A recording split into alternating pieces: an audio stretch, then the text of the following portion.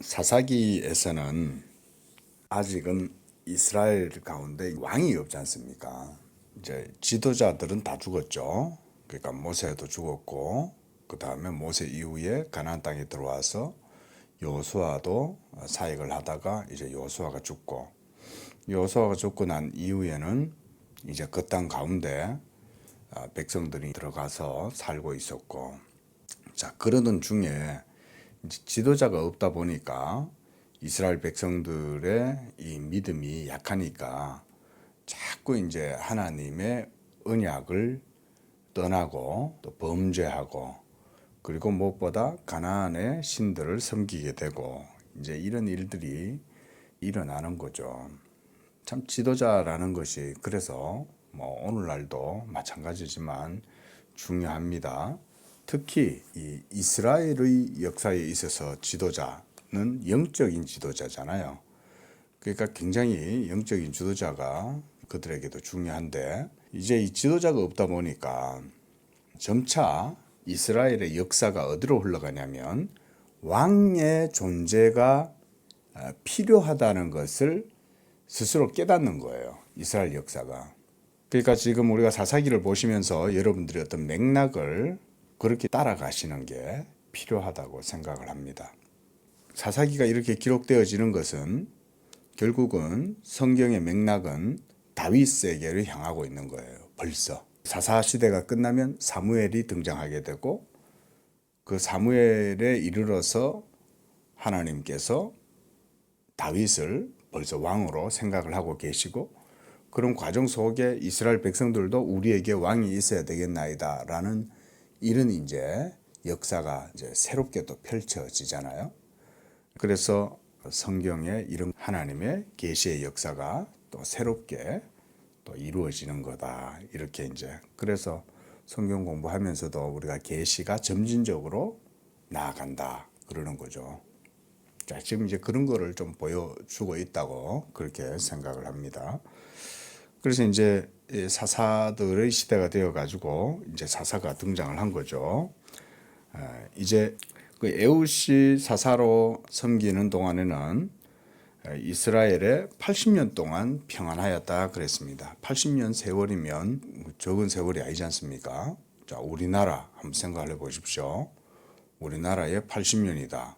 그러면 벌써 6.25 이전이잖아요. 그렇죠?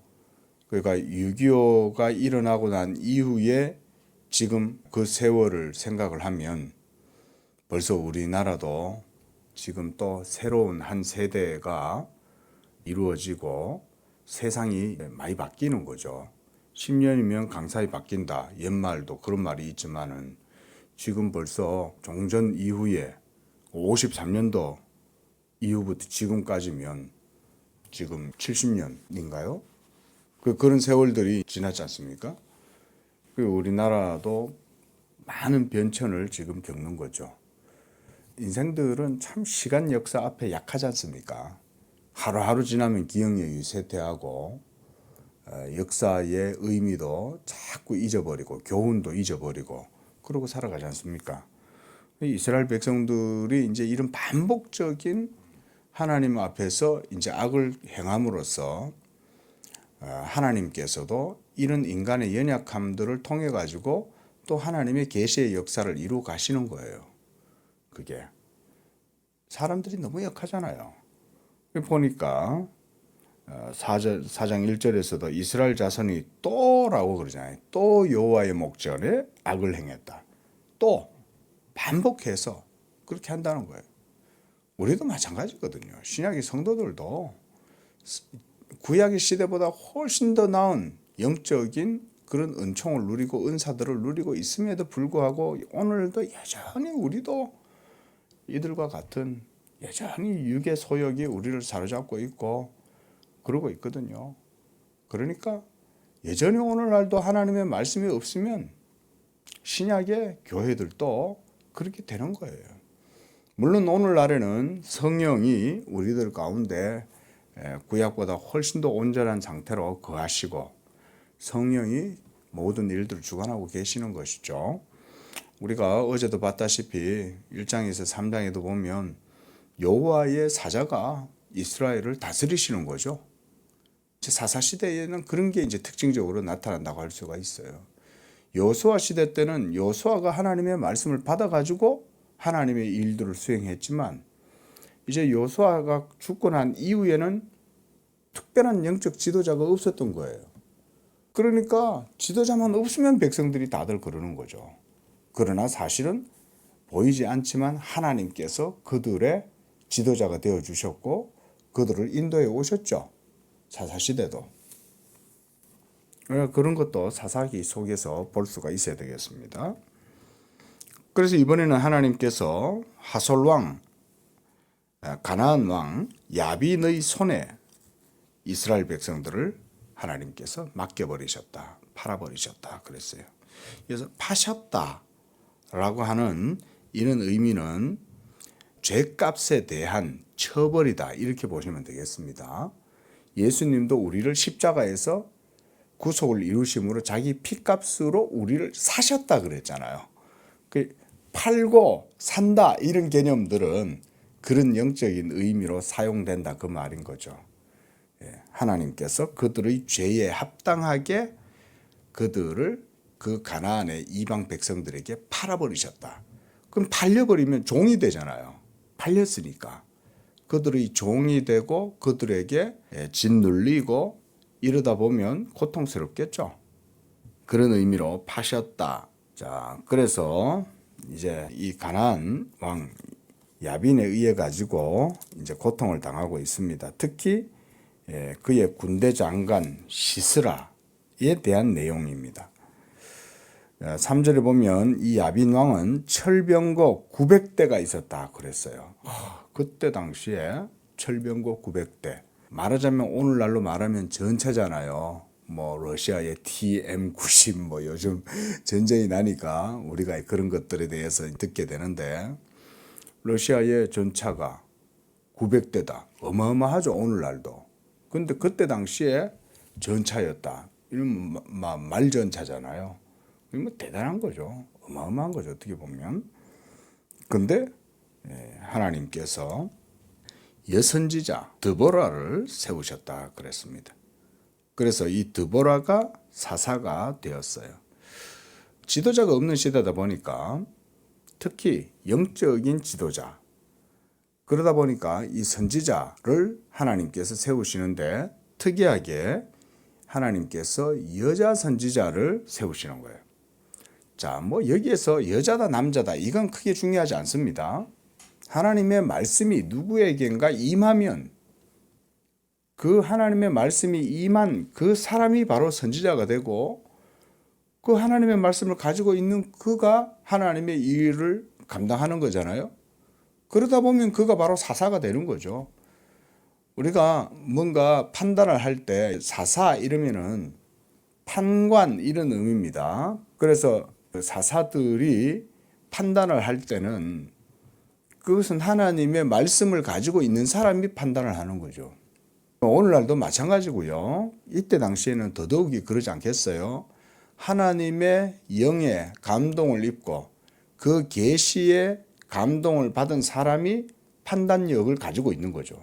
그런 의미에서 지금 드보라는 하나님의 말씀을 받는 선지자고 그 여자 선지자라도 그가 하나님의 말씀을 받았으니까 이스라엘의 지도자가 될 수가 있는 거죠.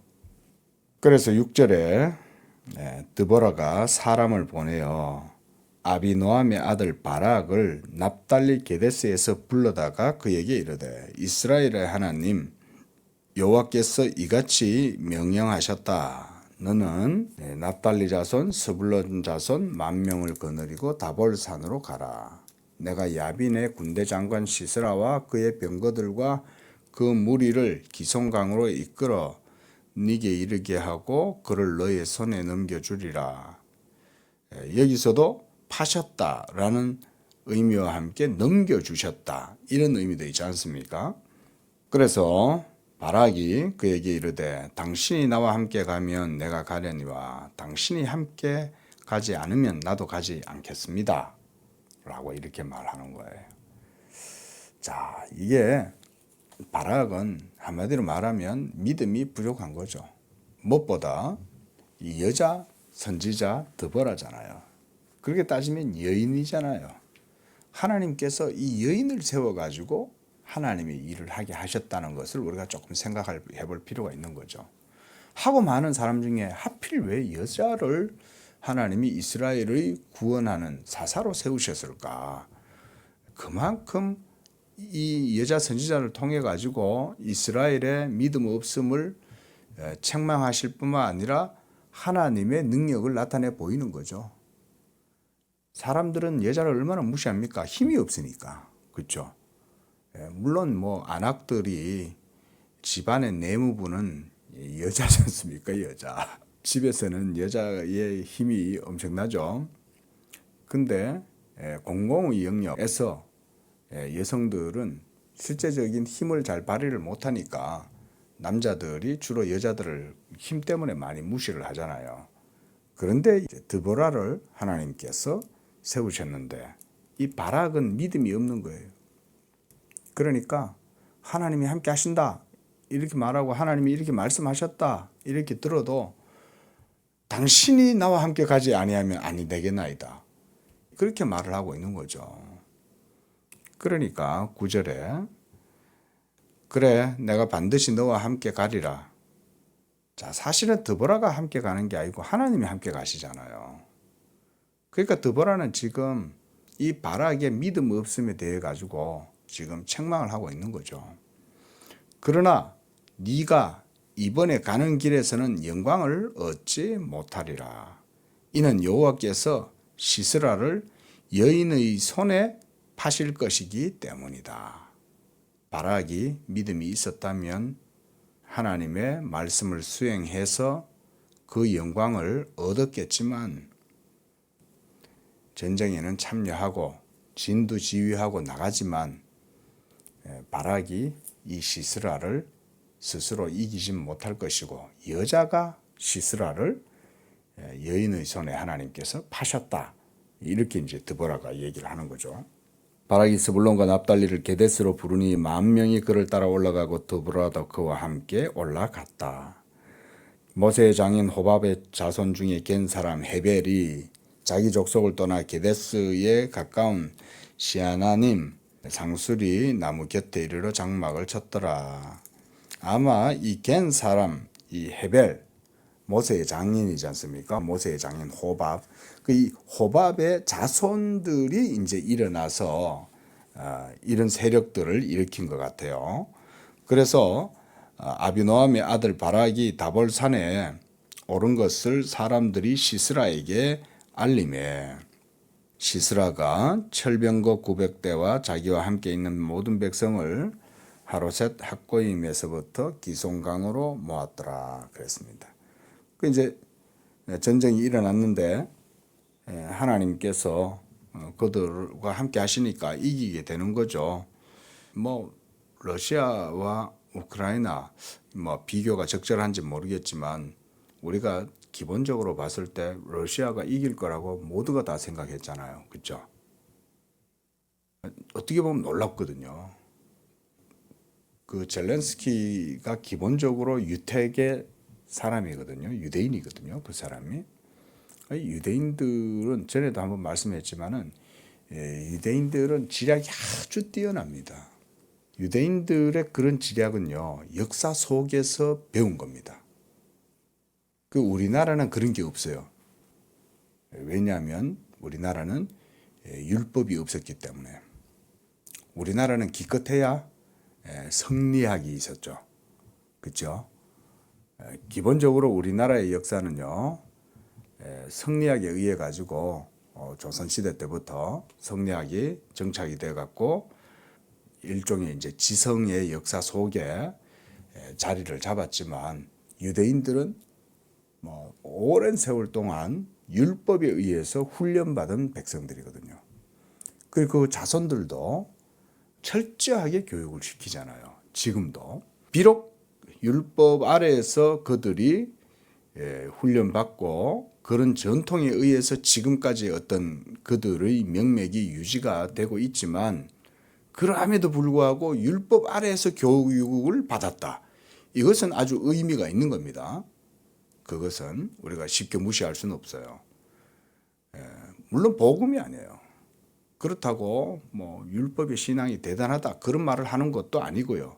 그게 아니라 율법 그 자체만을 가지고도 교육을 받아도 아주 뛰어난 지략과 아주 뛰어난 그런 어떤 지식이라든가 명철함을 가질 수가 있습니다. 이것은 사실이에요. 그래서 저는 이번에 보면서 야, 저 젤렌스키가 대단하다. 한번 보십시오. 전쟁이 포화 속에 그 도시를 사수했잖아요. 우리는 진짜 한 3일? 정말 저는 처음에 한 길어봐야 일주일이다 이런 생각했다고요. 전쟁은 하나님께 속한 거예요. 저 우크라이나를 통해서 하나님께서 어떻게 보여주실 건지 어떻게 역사하실 건지 이런 것에 대해서 우리는 알 수 없지만 놀랍잖아요. 러시아가 얼마나 큽니까? 사실은. 근데 지금 맥을 못 추는 거죠. 가는 족족 다 박살나잖아요. 가는 족족. 그렇다고 젤렌스키가 뭐 사사다 그런 얘기는 아닌 거고 역사는 하나님 손에 달렸다 그 말을 하는 거죠. 그래서 15절에 여호와께서 바락 앞에서 시스라와 그 모든 병거와 군대를 칼날로 혼란에 빠지게 하며 시스라가 병거에서 내려서 걸어서 도망한지라. 바락이 그의 병거들과 군대를 추격하여 하루셋 학고임에 이르니 시스라 군대가 다 칼에 엎드러졌고 한 사람도 남은 자가 없다. 이제 시스라가 군대 장관이잖아요. 이제 별 5개짜리, 뭐 별 4개짜리겠죠. 그래 막 걸어가지고 이제 도망을 하고 이렇게 있는데 어디로 도망갔냐? 이제 헤벨의 아내 야엘의 장막에 이르렀다 그랬습니다. 그 11절에 헤벨 이 사람 장막에 이제 야빈이 들어갔다 그랬습니다. 그 야빈하고 이제 친하니까 야, 나 좀 도와주라 이러면서 이제 갔는데 21절에 그가 잠이 드니 헤벨의 아내 야엘이 장막 말뚝을 가지고 시스라를 죽여버린 거예요. 이런 것도 하나님의 역사잖아요. 하나님이 그래 따지면 역사하셔서 시키신 거 아니겠어요? 왜냐하면 우리가 앞에서 봤잖아요. 그렇죠? 벌써 드보라는 시스라를 여자의 손에 하나님이 맡기셨다 이렇게 얘기하잖아요. 그러니까 하나님의 뜻대로 이루어진 거죠. 뭐 어떻게 하냐면 이 장막 말뚝, 장막을 치려면 큰 말뚝이 있어야 되잖아요. 아마 말뚝 크기가 최소한 이 정도는 되지 않겠어요. 그 장막을 유지를 하려면. 오늘날도 텐트를 치면 말뚝을 박잖아요. 그렇죠? 뭐 조그만 말뚝이 아니에요. 이따만한 말뚝을 그냥 가져가는 거예요. 이래 가지고는 그냥 한마로 딱 관자놀이에다 대고는 그냥 때려버린 거예요. 그 충격 때문에라도 죽는 거죠. 그 자리에서. 자, 이렇게 해서 하나님께서 가나안 왕 야빈을 이스라엘 자손 앞에 굴복하게 하고 가나안 왕 야빈을 점점 더 눌러서 마침내 가나안 왕 야빈을 진멸하였다 그랬습니다. 5장에는 이 드보라와 바락의 노래입니다. 그래서 31절에 여호와여 주의 원수들은 그와 같이 망하게 하시고 주를 사랑하는 자들은 해가 이미 힘있게 도둠같게 하시옵소서. 그 땅에 40년 동안 평안하였더라. 자, 이것이 당시에 이스라엘에 있어서 얼마나 큰 역사적 사건이 되었겠습니까? 그렇죠? 우리나라가 지금도 6.25, 지금도 3.1절 못 잊지 않습니까? 그렇죠? 말하자면 그런 노래라고 생각하시면 되는 거예요. 김인연 이러면서 우리 노래 부르잖아요. 지금도 3.1절 노래 생각하고 유관수 누나를 생각하면서 이러면서 그런 노래를 부르듯이 이스라엘을 구원하신 하나님에 대한 노래가 드보라와 바락의 노래인 거예요. 그렇게 보시면 되는 거죠. 그렇죠? 결국은 하나님을 찬송하는 거고 하나님이 이스라엘을 구원하셨다. 그게 바로 역사 가운데 드보라를 통해서 바락을 통해서 하나님이 이와 같이 역사하셨다. 이 노래를 지어서 부른 거죠. 자, 이게 그때 당시의 노래였던 거죠. 사람들도 이런 노래를 많이 불렀겠죠. 그렇죠? 뭐 들에서 양을 치거나 농사를 짓거나 이렇게 하면서도 저 미디안 녀석들을 하나님께서 물리치시고 우리를 드보라를 통해서 구원하셨네. 그런 거 있지 않습니까? 뭐 말하자면 그런 노래들이다. 자, 6장에서 이제 이스라엘 자손이 또 그런 거예요. 그렇죠? 또 여호와의 목전에 악을 행하였으므로 여호와께서 7년 동안 그들을 미디안의 손에 넘겨주셨다. 미디안의 손이 이스라엘을 이긴지라. 왜 이겼겠어요? 이스라엘이 하나님의 율법을 범하고 믿음을 버렸기 때문에 미디안이 이기게 된 거예요. 오늘날도 마찬가지예요. 어제도 말씀드렸듯이 우리가 이런 사사기를 통해서 얻는 교훈들이 그런 겁니다. 오늘날도 특히 한국 교회도 하나님께 대한 믿음을 잃어버리면 이방의 세력들이 우리나라 안에서 자라나기 시작하는 거죠. 예수 믿음의 복음의 신앙을 굳게 세우지 않으면 우리나라에 들어와 있는 지금 이슬람 사람들이 얼마나 많습니까? 지금 전국에 이슬람 지부가 250개가 넘는데요. 시골 마을까지 해도 이슬람 사람들이 모여가지고 그러고 있는 거예요. 그들이 우리나라 안에 들어와서 세력을 형성하게 된 게 불과 몇십 년도 안 돼요. 우리도 모르는 사이에 벌써 이슬람 세력이 우리나라 속에 어마어마한 세력을 차지한 거예요. 며느리가 되고요. 남자들이 들어와서 한국 여자들을 자기들의 아내로 삼고 지금 벌써 그러고 있는 거죠. 이슬람이 이태원에만 있습니까? 영등포에도 있고 마포구에도 있고 곳곳에 지금 이슬람 세력들이 있는 거죠. 이미 유럽은 다 잠식됐잖아요. 믿음을 버렸으니까. 복음을 버렸으니까 다 전부 다 그러니까 맨날 테러한다 그러고 괴롭고 하나님이 그냥 안 놔두시는 거죠. 맨날 테러가 일어나잖아요. 그런데도 못 깨닫죠. 우리는 그나마 지금 멀리서 그걸 보고 있으니까 제3자 입장에서 그런 시각을 가질 수가 있는 거예요. 멀리 있으니까. 같은 경제 공동체로 한때 EU처럼 묶여 있으면 그걸 못 보는 거예요. 자기네들끼리 연합체를 결성해 가지고 뭔가 할 수 있을 거라는 생각을 하니까 그런 거를 못 보는 거죠. 하지만 우리는 멀리 떠나가지고 있으니까 지역적으로 머니까 객관적으로 볼 수 있는 거죠. 3자의 입장에서. 야, 저렇게 하면 안 되겠구나. 그나마 하나님께서 이 한반도에 복음의 씨를 뿌려가지고 하나님께서 저는 역사하시고 섭리하신다고 봅니다. 영국도 벌써 프랑스는 이미 인본주의가 되게 인권선언하고 이랬지 않습니까? 교회는 완전히 모두가 다 이제 철학자들이나 인문학자들, 사상가들의 무덤이 되어버렸고, 정말 무덤이에요. 그 속에. 교회 안에다가 사상가들의 무덤을 만든 거라고요. 예수도 안 믿는 사람들. 영국도 청교도의 나라였지만 이제는 하나님을 떠났고, 지금 유럽은 대부분 다 이슬람이 엄청나게 많이 차지하고 있습니다. 우리나라도 이제 얼마 남지 않은 거예요. 우리 세대가 가면 이제는 이슬람이 일어나게 될지도 모르는 거죠. 어떻게 보면 저 러시아가 우크라이나를 침공해서 지금 전 세계를 핵으로 위협하고 하나님이 남겨두신 거 아니겠어요? 하나님은 그렇게 하시는 거예요. 우리나라도 저 북한 남겨놓으셨잖아요. 어제도 세 발을 또 막 쐈다고 그러더라고요. 가시 같은 존재들을 남겨두시는 거죠. 하솔랑 야빈 같은 사람들을, 김일성이를, 김정일을, 김정의를 저렇게 하나님이 세워두시는 거잖아요. 왜 이런 걸 봐야 된다 이 말인 거죠. 이런 거를. 이런 거 못 보잖아요. 하나님의 섭리를 봐야 되는 거죠. 왜 하나님이 저런 사람들을 역사를 이렇게 이끌어 가시냐? 이스라엘 백성들하고 똑같죠. 그들이 여호와의 목전에 또 악을 행함으로 그러는 거죠.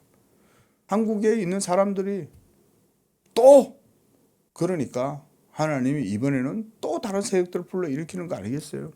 일본도 쓰고 북한도 쓰시고 중국도 쓰시고 러시아도 쓰고 심지어 미국조차도 하나님께서 미국을 통해서 이 한반도에 은혜를 베풀어 주시지 않으면 미국조차도 이 한반도를 자기들의 밥으로서 여길 거 아니에요?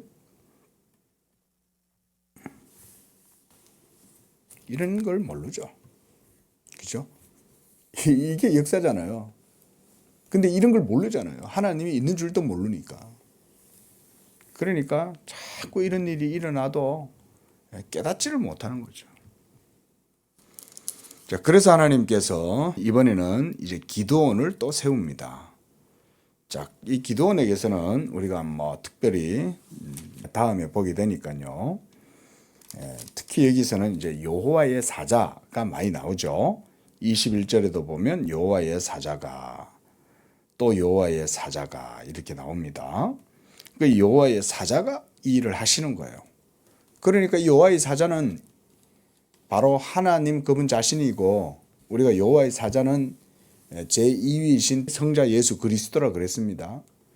이 예수 그리스도께서 구약에 지도자가 없었던 그 이스라엘 가운데에 여호와의 사자가 그들의 지도자가 되어 주셨던 것처럼 오늘날은 어떻게 했냐 이거죠. 오늘날도 예수께서는 자기의 교회를 이와 같이 지키시는 여호와의 사자신 거예요.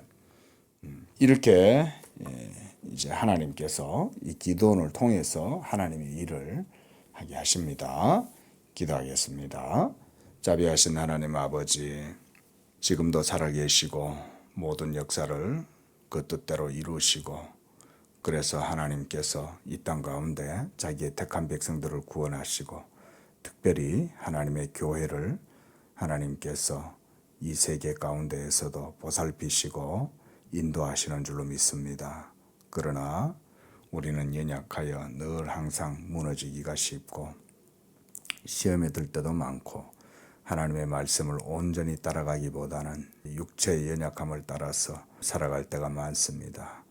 그리하여 하나님께서 때로는 이 세상의 막대기를 가지고 자기 백성들을 교훈하시고 또 그들을 징계하실 때도 있습니다. 하나님 이 땅을 불쌍히 여겨주시고 하나님 이 나라와 민족이 다시금 하나님 앞에 새롭게 회복되고 세워질 수 있는 은혜를 베풀어 주시옵소서. 그리하여 하나님의 크신 구원의 경륜과 하나님께서 자기의 이름을 위하여 행하시는 모든 일들이 또 이 한국의 교회를 통해서도 세워지게 하시고 하나님의 영광이 이 땅 가운데서 떠나지 아니하고 온전히 하나님의 교회 가운데 이 땅 가운데 세워질 수 있도록 이 땅에 은혜를 베풀어 주시옵소서. 아울러 우리 양재교회 성도들에게도 하나님께 대한 온전한 믿음을 주시고 그 믿음 안에서 하나님을 섬기는 그런 복된 성도들이 되게 도와주옵소서. 예수님의 이름으로 기도합니다. 아멘.